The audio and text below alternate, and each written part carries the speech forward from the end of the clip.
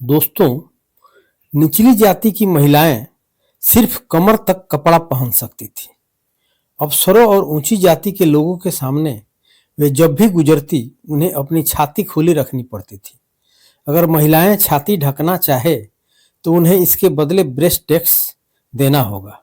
इसमें भी दो नियम थे, जिसका ब्रेस्ट छोटा उसे कम टैक्स और जिसका बड़ा उसे ज्यादा टैक्स। टैक्स का नाम रखा था मूलाकर्म। नमस्कार दोस्तों, स्वागत है आपका हमारे चैनल पर, जहां हम आपको भारत के एक ऐसा कर टैक्स के बारे में जानकारी साझा करेंगे कि आप जानकर दंग रह जाएंगे। अंत तक बने रहें और एक छोटा सा निवेदन, हमारे चैनल को सब्सक्राइब करें और वीडियो को लाइक व शेयर करना न भूलें। दोस्तों, स्तन टैक्स एक सामाजिक अन्यायपूर्ण कर था जो भारतीय राज्य त्रावणकोर, अब केरल में है, निचली जाति की महिलाओं पर लगाया जाता था।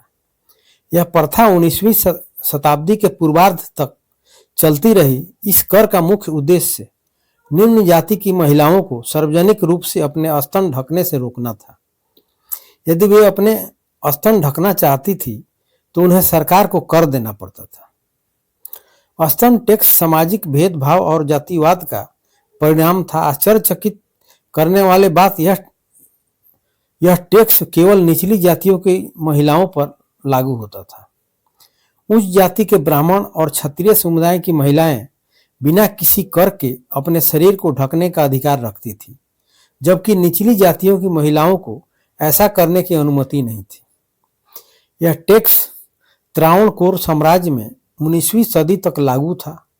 निचली जाति की महिलाएं जैसे कि एझावा और दलित समुदाय की महिलाएं इसका सामना करती थी। इस कर के विरोध में कई सामाजिक आंदोलनों ने जन्म लिया। सबसे महत्वपूर्ण घटना नागेली नामक एक महिला के साहसिक विरोध से जुड़ी है। 1729 मद्रास प्रेसिडेंसी में त्रावणकोर साम्राज्य की स्थापना हुई।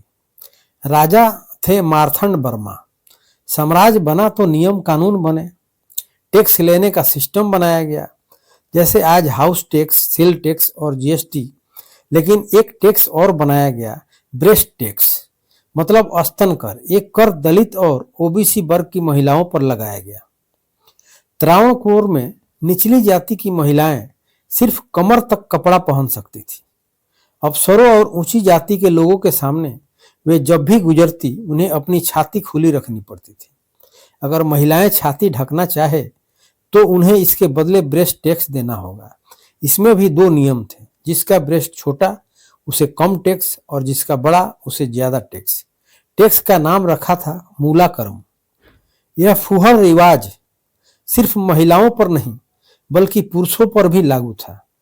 उन्हें सिर ढकने की परमिशन नहीं थी। अगर वे कमर के ऊपर कपड़ा पहनना चाहें और सिर उठाकर चलना चाहें तो इसके लिए उसे अलग से टैक्स देना पड़ेगा।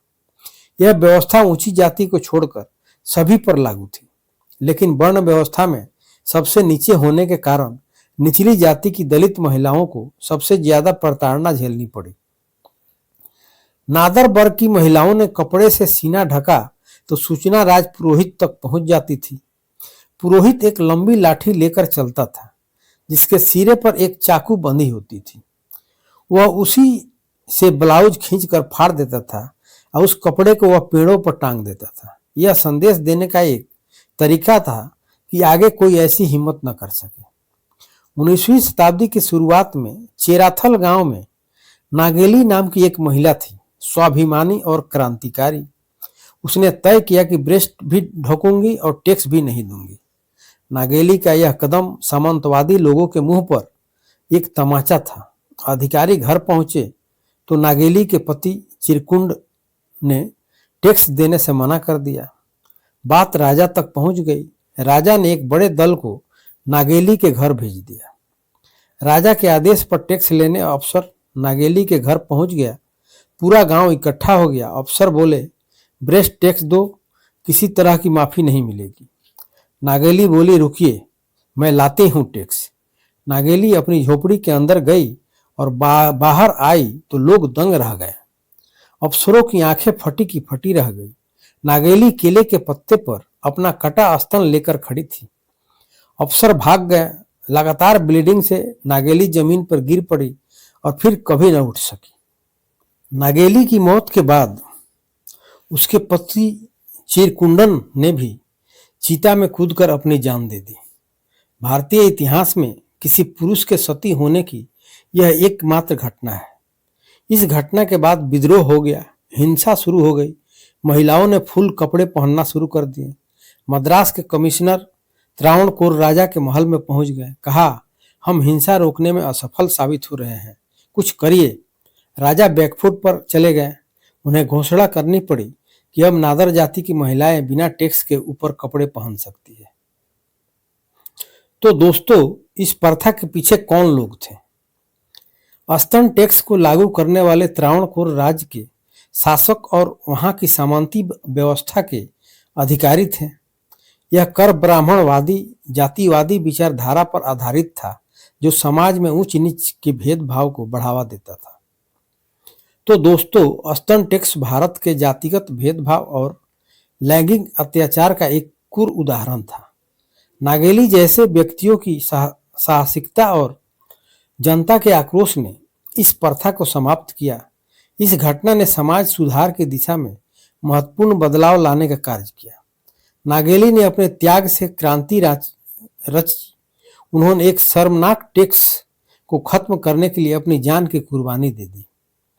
केरल के मुल्शीपुरम में उनकी एक मूर्ति लगाई गई है, जहां लोग जाते हैं, सिर झुकाते हैं।